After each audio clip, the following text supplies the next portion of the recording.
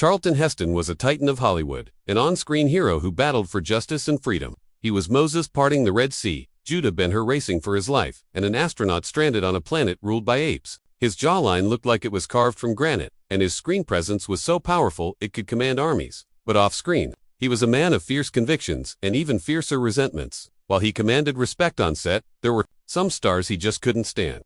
In this video, we're counting down the 6 actors Charlton Heston clashed with the most, revealing the bitter feuds and behind-the-scenes drama that he took to his grave. You might think you know the legend, but you're about to discover the side of Chuck that Hollywood tried to keep hidden. He was a man defined by discipline, a professional to his core who expected the same from everyone he worked with. For Heston, acting was a serious job with rules and responsibilities. He kept meticulous journals, documenting the day-to-day grind of filmmaking, analyzing his own performances, and, most tellingly, recording his frustrations with the unprofessionalism he saw around him. It was this strict adherence to his own code that put him on a collision course with some of the biggest names in the business. These weren't just petty squabbles.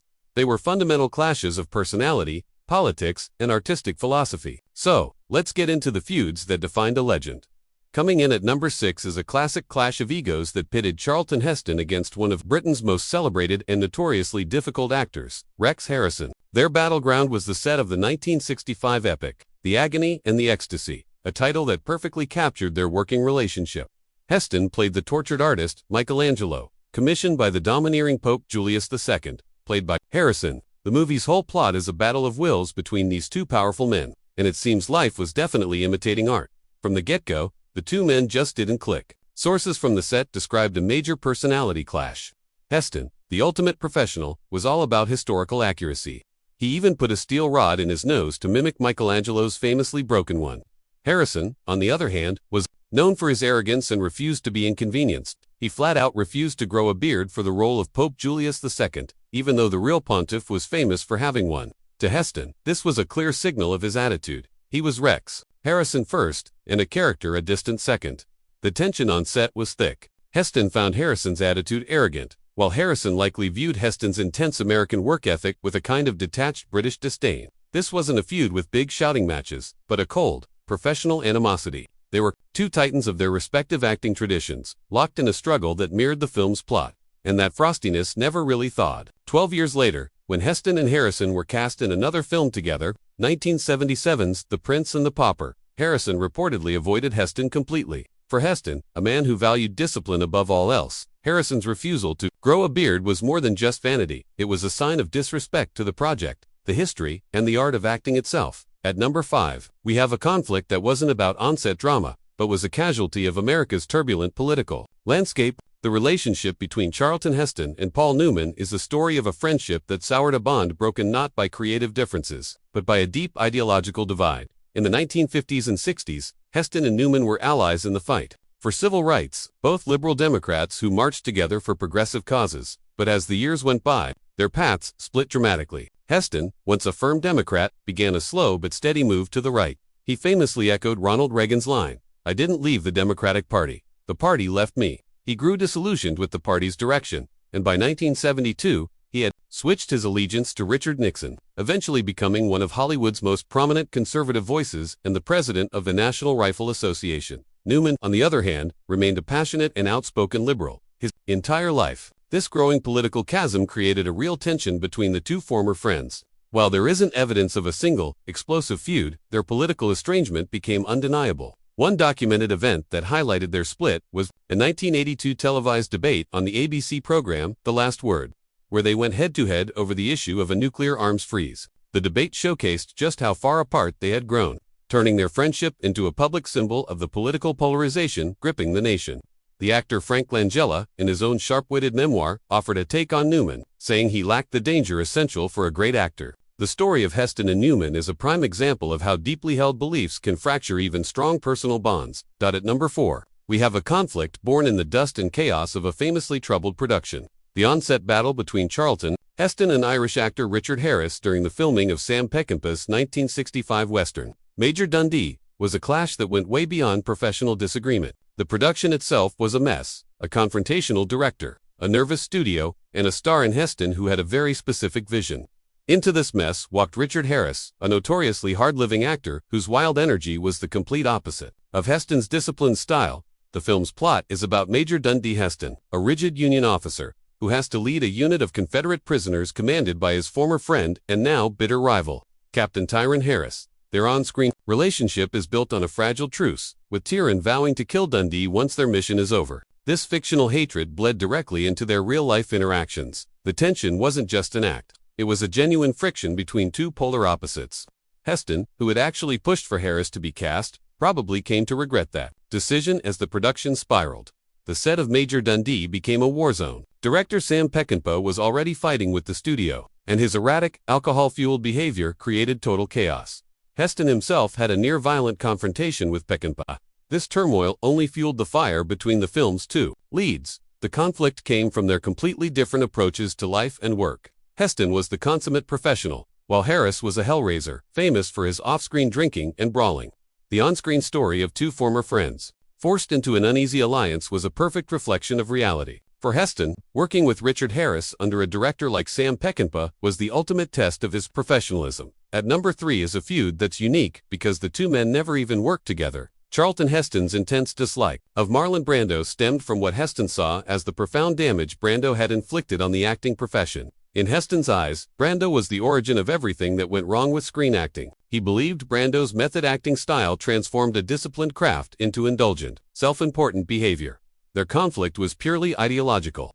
Heston was a product of the old studio system, a theater-trained actor who believed in hitting your marks, saying your lines, and respecting the script.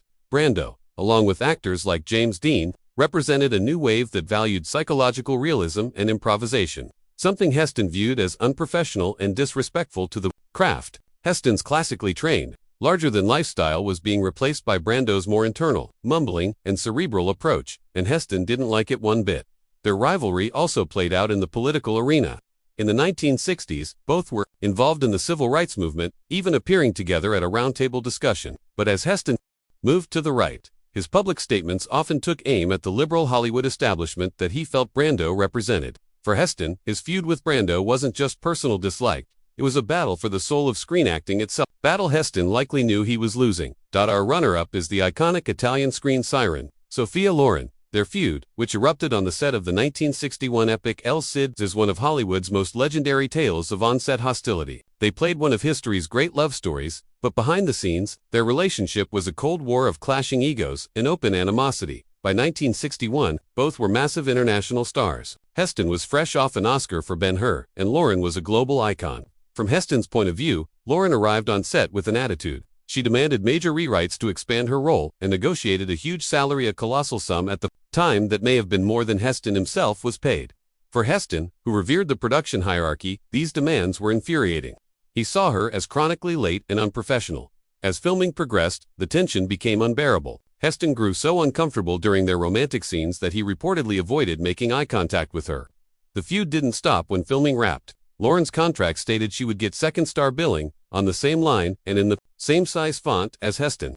When promotional materials were released with her name below his, she sued the production company for breach of contract, a move that only solidified Heston's negative opinion of her. Years later, Heston's son confirmed his father's anger over Loren's behavior on set. And at number 1, the actor that Charlton Heston found the most difficult to work with. The one who tested his professionalism to the absolute limit was the notoriously volatile Ava Gardner. Their disastrous collaboration on the 1963 film 55 Days at Peking became, in Heston's own words, his single worst working experience with a co-star. This wasn't just a personality clash. It was a collision between a disciplined craftsman and a force of nature who played by her own rules. The production was chaotic from the start, with an unfinished script and a sprawling story about the Boxer Rebellion in China. Heston played a U.S. Marine major, and Gardner played a Russian baroness he has a romance with, but the real drama was off-screen. Ava Gardner was a legend for her talent, but also for her hard-partying lifestyle. According to multiple sources, she was often deeply unprofessional on the set in Spain. In his own journals, Heston documented his growing frustration. He described her as chronically late, frequently intoxicated, and struggling to remember her lines, causing constant delays. Heston, who prided himself on his military-like discipline, was driven to distraction. The situation got so bad that Heston later recalled suggesting they just give her lines to another actor in the scene, simply to keep the production moving. The experience cemented Gardner in his mind as the most difficult co-star of his entire career. Her behavior represented everything he disdained: a lack of discipline, a disregard for the cruise time, and a chaotic personal life that bled into her professional one. For a man who built his career on a foundation of unshakable order, there was no greater enemy than chaos. Charlton Heston built a career playing unwavering heroes, but the stories of his professional conflicts show a far more complex man. He was an artist with incredibly high standards who demanded discipline from himself and from everyone he worked with. When he ran into what he saw as unprofessionalism, whether it was diva demands, chaotic behavior, or a clash of political ideals, he refused to suffer it silently.